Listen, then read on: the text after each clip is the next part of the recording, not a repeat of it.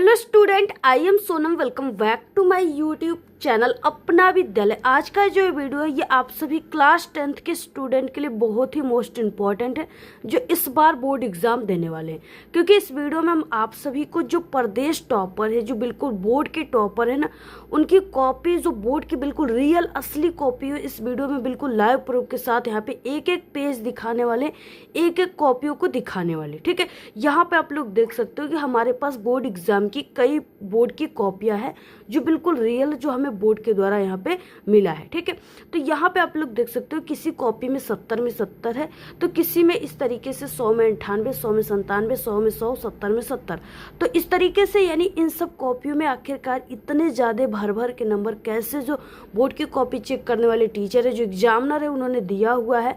ठीक है, एक एक कॉपियों को यहाँ पे हम दिखाएंगे कि आखिरकार जो ये 70 में 70 नंबर वाली कॉपी है, इसमें एक भी नंबर नहीं कटा है। आखिरकार जो बच्चे की कॉपी है टॉपर की, उन्होंने कैसे लिखा है कि पूरी कॉपी यहाँ पे दिखाने वाले। आप सभी लोगों की कई क्वेश्चन होती है, हमेशा आप लोगों की डाउट होती है कि मैम जो 60 क्वेश्चन है 4 नंबर वाले, उसके क्वेश्चन के आंसर कितने पेज में लिखे, कितनी लाइन लिखे, 6 नंबर वाले लॉन्ग क्वेश्चन के आंसर को कितने पेज कितने लाइन लिखे। ठीक है, और कैसे लिखे जिससे कि पूरे फुल मार्क्स मिले। तो यहाँ पे हम आपको टॉपर की खुद यहाँ पे कॉपी ही बिल्कुल लाइव प्रूफ के साथ दिखा देंगे। यहाँ पे सभी आपके डाउट इस कॉपी को देखने के बाद बिल्कुल क्लियर हो जाएगी। और आप सभी के जो बोर्ड एग्जाम देने वाले बच्चे इस बार बोर्ड एग्जाम देंगे, इस कॉपी को देखकर उनकी जो कॉन्फिडेंस लेवल है वो भी दुगुना बढ़ जाएगी। ठीक है, और ये कॉपी जो है ये आपको पूरे यूट्यूब पर कहीं पर भी देखने को नहीं मिलेगी, क्योंकि ये कॉपी सिर्फ एक टीचर एग्जामिनर को ही मिलते हैं जो बोर्ड की कॉपी चेक करते हैं। और पिछले 5 सालों से हम बोर्ड एग्जाम की कॉपी खुद चेक कर रहे हैं, यानी टीचर एग्जामिनर, इसलिए ये कॉपी सिर्फ हम आपको दिखा रहे हैं। ठीक है, तो पूरी आप सभी लोग कॉपी अच्छे तरीके से बिल्कुल सही से देख लीजिएगा। बोर्ड एग्जाम से पहले जितने भी बच्चे इस पूरी कॉपी को देख लेंगे, उनके लिए ये वीडियो बहुत ही वरदान सिद्ध होगा। ठीक है, और वो बहुत ही लकी हैं जो इस वीडियो पर क्लिक करके इस वीडियो को ध्यान से देखेंगे। ठीक है, और एग्जाम से पहले देख रहे हैं, क्योंकि इस वीडियो को देखने के बाद अगर आप लोग कमजोर हो ना, तो अब पर भी आप लोग टॉपर बन जाओगे। क्योंकि टॉपर के यहाँ पे जो तरीका बता रहे, अगर वो आपको पता चल गया तो आप लोग कम भी लिखोगे तो आपको ज़्यादा नंबर मिलेंगे। ठीक है, तो हम आपको बता दें कि यहाँ पे ये जो 70 में 70 नंबर वाली ये सामाजिक विज्ञान की कॉपी, यहाँ पे कई सब्जेक्ट की कॉपी है। सबसे पहले हम आपको ये सामाजिक विज्ञान सोशल साइंस की कॉपी को दिखाएंगे। तो इससे पहले कि आप लोग इस वीडियो को लाइक कर दीजिए, चैनल को सब्सक्राइब करके बेल आइकन को ज़रूर प्रेस कर दीजिए, और आप लोग इस वीडियो को अपने सभी दोस्तों में ज़रूर शेयर कीजिए।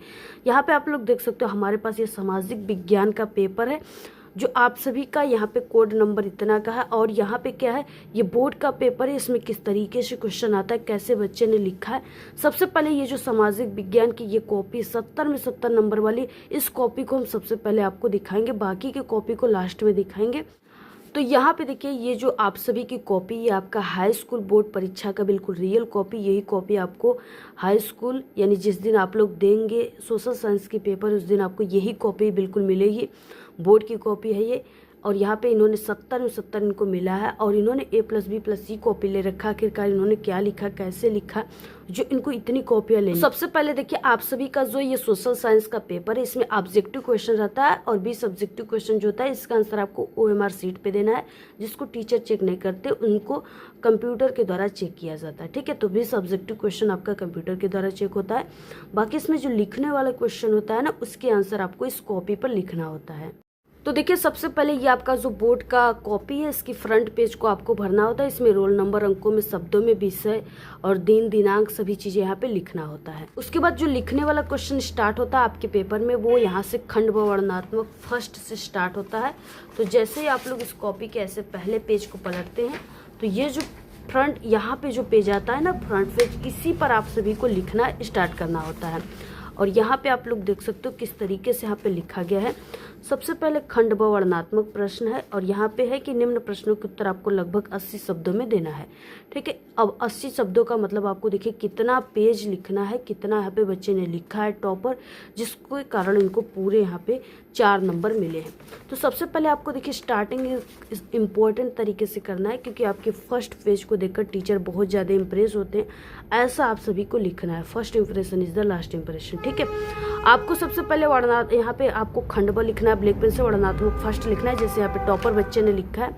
क्वेश्चन नंबर देखिए फर्स्ट जरूर लिखना है, प्रश्नोत्तर संख्या 1, क्योंकि आप लोग चाहे जितना भी सही आंसर लिख दो, अगर प्रश्नोत्तर संख्या नहीं लिखे तो आपके पूरे आंसर काट दिए जाते हैं और 0 नंबर दे दिए जाते हैं।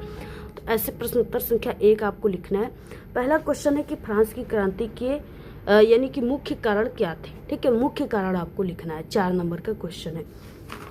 अब आपको देखिए कैसे लिखना है, यहाँ पे टॉपर के द्वारा कैसे लिखा गया है। तो फ्रांस की क्रांति के मुख्य कारण राजनीतिक, सामाजिक और आर्थिक थे, ये 3 कारण है। पहले ये चीजें लिख देनी है। यहाँ पे देखिए अब एक एक यहाँ पे कारण को हेडिंग डालकर यहाँ पे लिखा गया। हेडिंग को ब्लैक पेन से लिखना है। राजनीतिक कारण में निरंकुश राजशाही, जिसमें राजा लुई 16वें का कमजोर शासन और प्रशासन की जो है अक्षमता शामिल थी। उसके बाद सामाजिक कारण, ठीक है, समाज का 3 वर्गों यानी जमींदार और उसके बाद पादरी, आम जनता में असमान विभाजन, जिसमें केवल तीसरे वर्ग को ही करों का बोझ उठाना पड़ता था। तो इस तरीके से इस पे इनको 2 नंबर पूरे मिल गए हैं। अब इसके बाद देखिए यहाँ से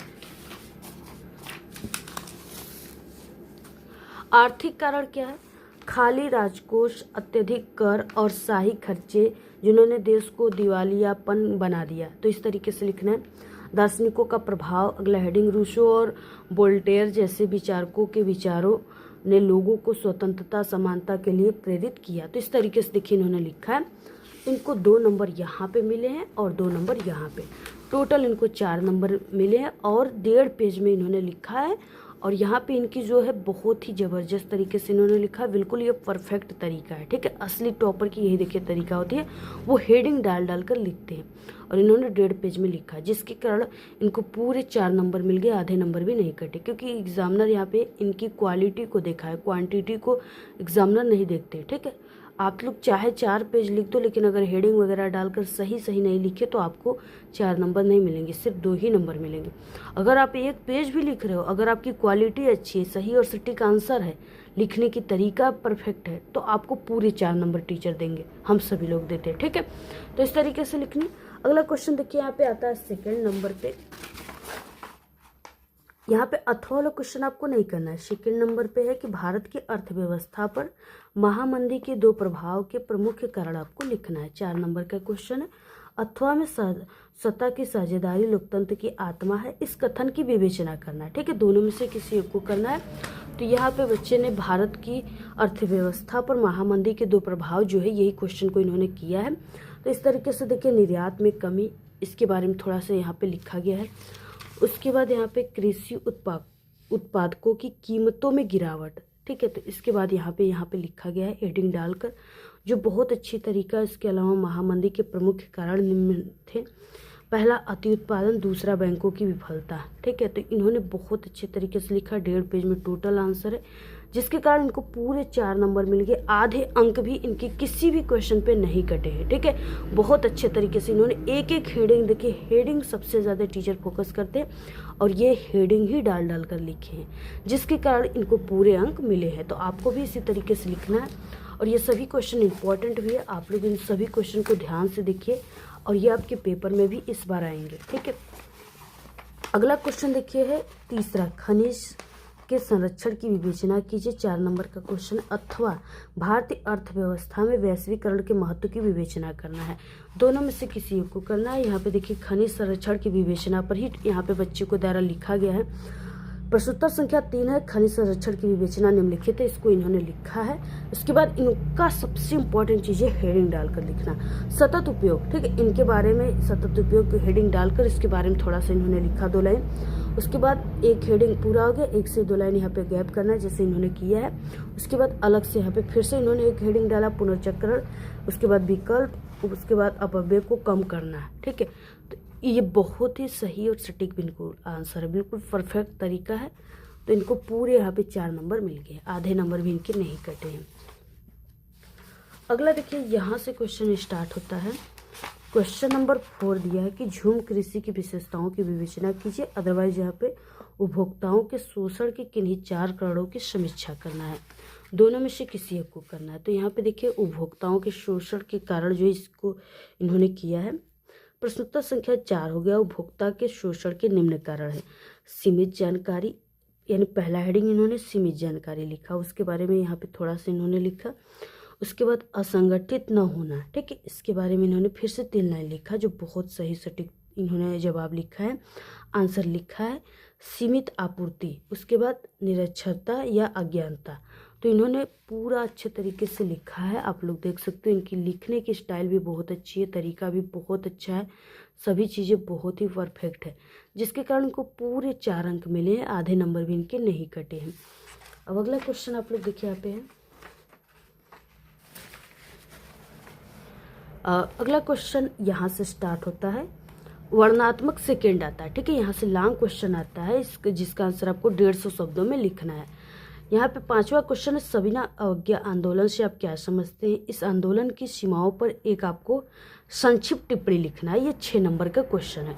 देखिए इसका आंसर यहाँ पे बच्चे को द्वारा कैसे लिखा गया है, टॉपर बच्चों के द्वारा, जिसके कारण को पूरे के पूरे अंक मिले हुए हैं। तो इस तरीके से देखिए यहाँ पे वर्णात्मक सेकंड आ गया। प्रश्नोत्तर संख्या 5, सविनय अवज्ञा आंदोलन, यहाँ पे सबसे पहले हेडिंग लिखा गया है, उसके बाद सविनय अवज्ञा आंदोलन कब चलाया गया था, यहाँ पे सन लिखा गया है। इसको ब्लैक पेन से लिखो तो और परफेक्ट होता है। उसके बाद इसका कारण क्या था, सभी चीज़, इसका अर्थ क्या था, इसको लिखना है आपको, जैसे इन्होंने लिखा है। उसके बाद इस आंदोलन की कुछ प्रमुख सीमाएं निम्नलिखित थी, जो सीमाएं थी उनको इस तरीके से लिखना है।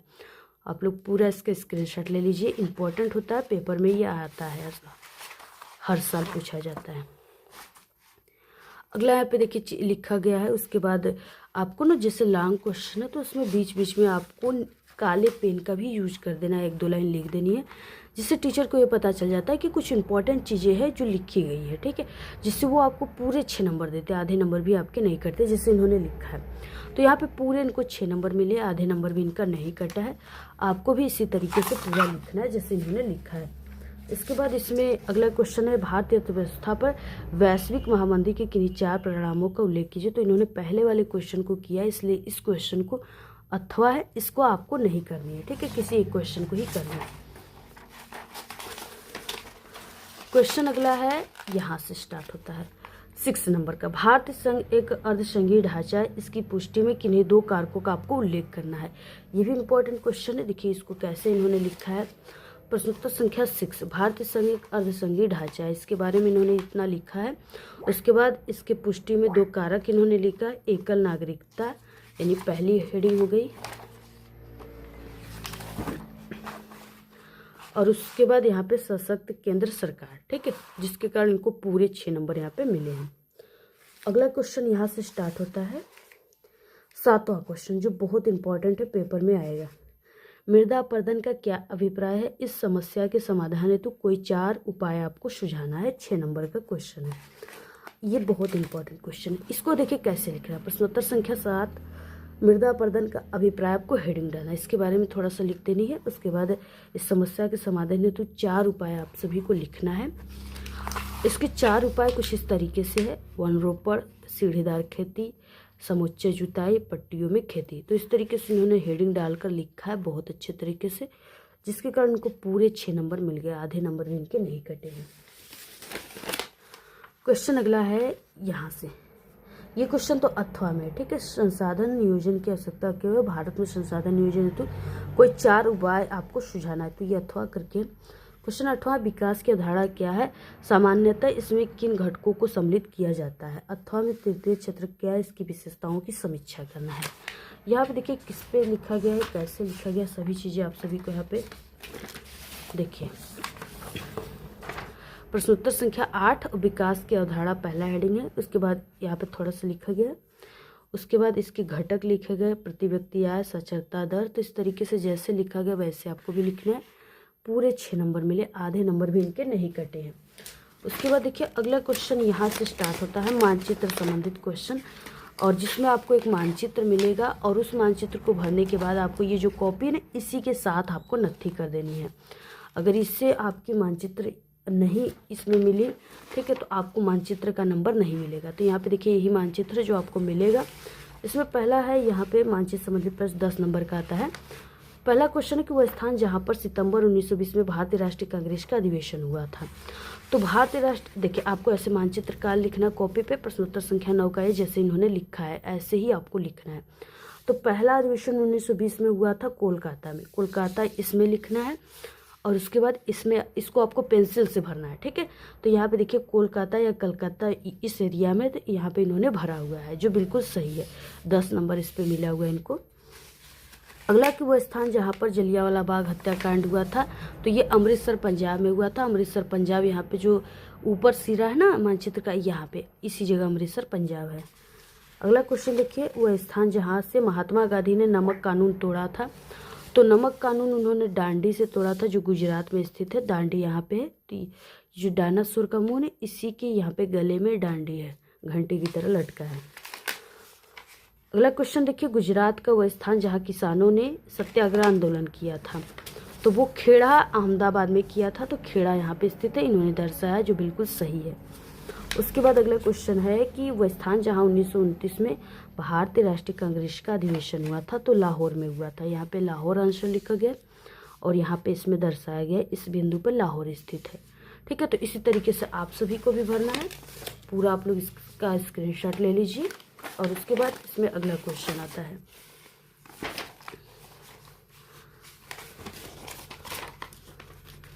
अगला क्वेश्चन यहाँ से कि उत्तर भारत की एक नदी, आपको जो चिन्ह है ना इसी से दर्शाना है। उत्तर भारत की यानी 9 नंबर का बी क्वेश्चन है ये। तो ये गंगा नदी, गंगा नदी कहाँ पे है, तो गंगा नदी जैसे ये उत्तर प्रदेश है ना, उत्तर प्रदेश का ये पूरा एरिया है, तो यहाँ पे वाराणसी में गंगा नदी है और ये प्रयागराज में है। तो इस तरीके से यहाँ पे दर्शा दिया गया है गंगा नदी, जो सही है बिल्कुल। उसके बाद एक ताप विद्युत केंद्र, आपको ये जो चिन्ह है इससे दर्शाना, तो ये विंध्याचल ताप विद्युत स्टेशन है और जो कि इस तरीके से यहाँ पे एमपी में स्थित है, तो यहाँ पे दर्शा दिया गया सिंगरौली में। ठीक है, उसके बाद यहाँ पे है क्वेश्चन अगला, भारत के पूर्वी तट का एक समुद्री पतन बंदरगाह, आपको ये जो चिन्ह है इससे दर्शाना है। तो समुद्री पतन जो है चेन्नई है, तो यहाँ पे आपको यहाँ पे चेन्नई दर्शा देना नीचे, जैसे इन्होंने दर्शाया है। ऐसे क्वेश्चन पेपर में आते हैं। ठीक है, आप लोग इसको बिल्कुल ध्यान से समझकर तैयार कर लीजिए। चाय उत्पादन कोई एक क्षेत्र, आपको ये जो चिन्ह है इससे दर्शाना है, तो वो असम है। असम जो है यहाँ पे स्थित है, तो यहाँ पे दर्शाया गया है।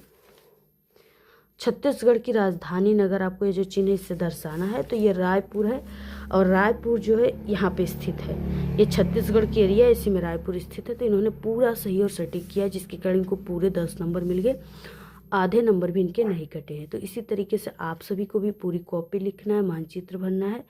ठीक है, पूरा आप लोग इसी तरीके से भरना। अगर आप लोग इस तरीके से भरते हो तो इस बार के टॉपर आप लोग ही बन जाओगे। और इसी तरीके से पूरा आपको लिखना है। ठीक है, जितना आप लोग हेडिंग का यूज करोगे उतना ही आपको अच्छे से अच्छे नंबर मिलेंगे। और आपको इस तरीके से अगर इसकी पीडीएफ चाहिए तो टेलीग्राम चैनल को ज्वाइन कर लीजिए, लिंक इस वीडियो के डिस्क्रिप्शन बॉक्स में। बाकी इस तरीके से हमारे चैनल पे ऑल सब्जेक्ट की हमने बोर्ड के टॉपर की कॉपी दिखा दिया है।